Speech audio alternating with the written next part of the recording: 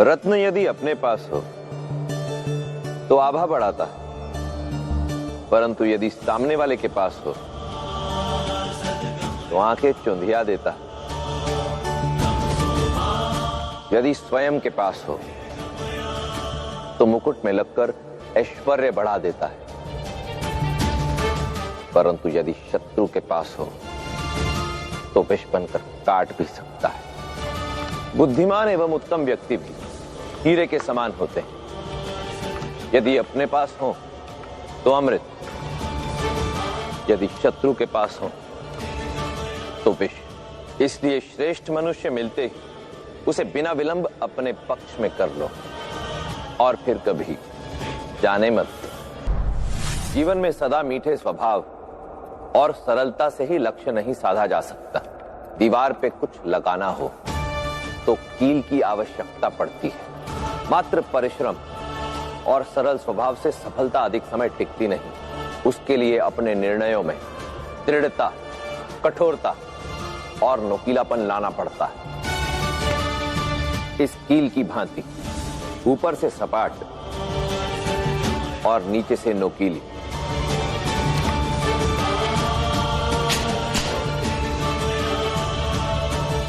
परामर्श लेते समय सरल रहो, परंतु उसे कार्य रूप देते समय नोकीले और दृढ़। यदि आपको सर्प दिख जाए तो आप क्या करेंगे? या तो उससे दूर हो जाएंगे या उसे मार डालेंगे, परंतु किसी भी अवस्था में पालेंगे नहीं। दुर्जन का भी यही योग है। दुर्जन व्यक्ति प्रत्येक अवस्था में आपके लिए समस्या ही उत्पन्न करेगा। या तो भयभीत करेगा या समाप्त, और दोनों ही दशा ठीक नहीं। दुर्जन व्यक्ति की दुर्जनता समझ आ जाने पर केवल एक ही मार्ग शेष रहता है, उसका अंत। जीवन में यदि कभी एक सर्प और दुर्जन व्यक्ति के बीच किसी एक पर भरोसा करना हो तो सदैव सर्प का ही चुनाव करें,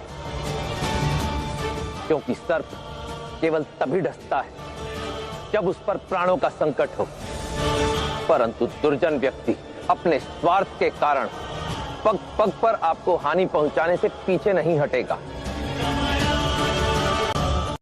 यदि अतिथि बनकर कहीं जाओ तो अच्छा लगता है, मान सम्मान प्राप्त होता है, आदर सत्कार होता है, और फिर धीरे धीरे आप अपने घर से तुलना करना आरंभ कर देते हैं और फिर अपने घर को तुच्छ समझने लगते हैं। जिस देश में आदर ना हो, ज्ञान ना हो, आजीविका के अवसर ना हो, उसका त्याग कर देना चाहते हैं, परंतु यदि अपना घर असुंदर हो तो उसका त्याग नहीं करते, उसे ही सुंदर बनाते हैं, उसे सजाते हैं।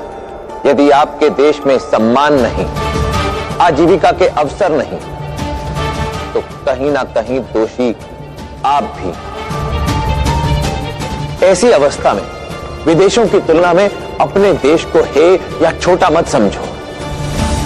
यही ज्ञान फैलाओ, यही आजीविका के अवसर उत्पन्न करो, यही सम्मान पाओ,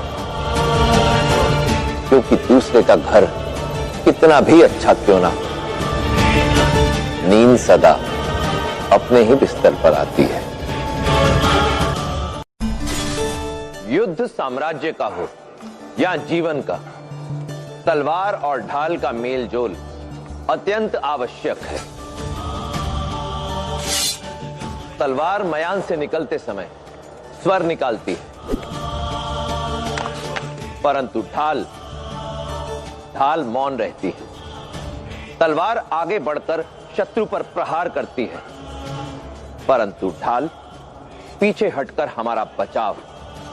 युद्ध भूमि में तलवार शत्रु का रक्त बहाती है, वहीं दूसरी ओर उसी युद्ध भूमि में ढाल हमारा रक्त बहने से बचाती है। जो केवल तलवार के भरोसे रणक्षेत्र में उतरते हैं वो या तो युद्ध हारते हैं या अपने प्राण। अपने सहायकों में केवल तेज तर्रार और पैनी बुद्धि वाले व्यक्तियों को ही ना रखें, दृढ़ और मौन रहने वाले व्यक्तियों को भी रखें। जब ये दोनों आपके पक्ष में होंगे तभी होगी जीत आपकी। नेतृत्व केवल एक ही श्रेष्ठ है। अपने शरीर को देखो, 2 आंखें, 2 हाथ, 32 दांत, 20 अंगूठे अंगुलियां, सैकड़ों तंत्र, परंतु मस्तिष्क केवल एक। और इसी एक मस्तिष्क के निर्देशों पर शरीर के सभी अंग सुचारू एवं संतुलित रूप से कार्य करते हैं। परंतु यदि मस्तिष्क एक से अधिक हो तो शरीर या तो विकृत हो जाता है या फिर रोगी।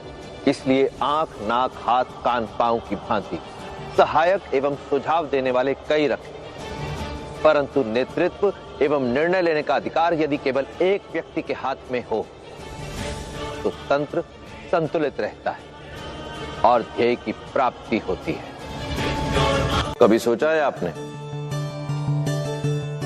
कि क्यों हीरे को मुकुट में धारण किया जाता है? क्यों इसे आभूषण बनाकर गले से लगाते हैं?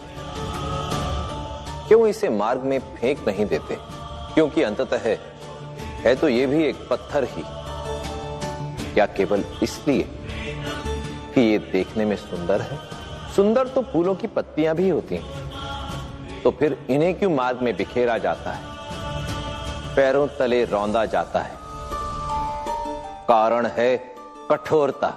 यदि हीरे को पांव तले रौंदने का प्रयास भी किया तो पांव की वो दुर्दशा कर देगा कि फिर कभी पांव रखने के लिए धरा नहीं मिलेगी।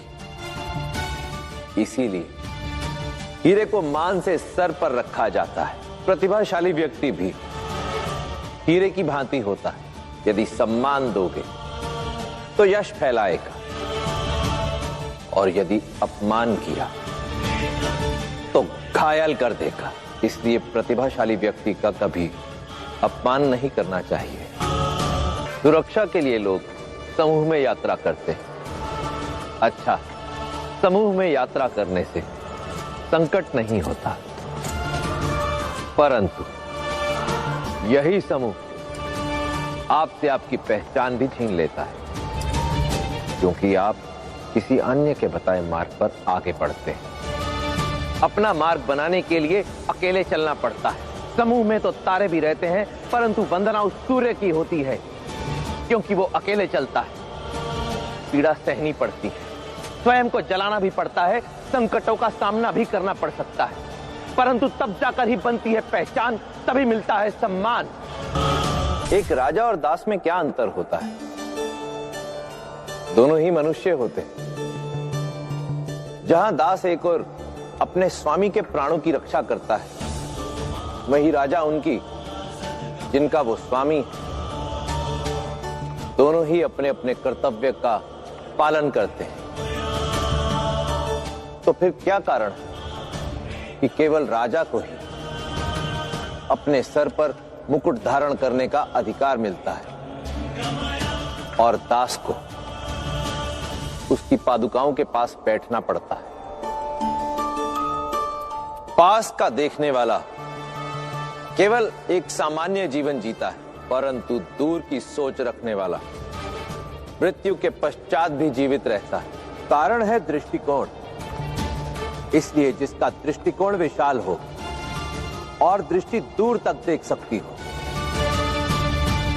सिंहासन उसे ही चुनता है। इसलिए कुछ भी करने से पूर्व उसके दूर के परिणामों पर अवश्य विचार कर, क्योंकि ये आपकी दृष्टि पर ही निर्भर करेगा या आप सर का मुकुट बनेंगे या चरणों की पादुका।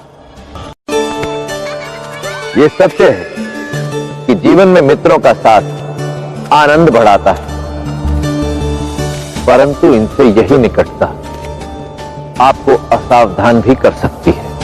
मित्र आपके गुणों की प्रशंसा करते हैं, आपका अभिमान बढ़ाते हैं और आप धीरे धीरे सत्य से दूर हो जाते हैं, जबकि शत्रु आपके अवगुणों की निंदा करेगा, आपको विवश करेगा स्वयं पर कार्य करने के लिए, सावधान और सतर्क रखेगा। इससे आपके विरुद्ध रचे जा रहे किसी भी षड्यंत्र की सूचना आपको सर्वप्रथम मिलेगी।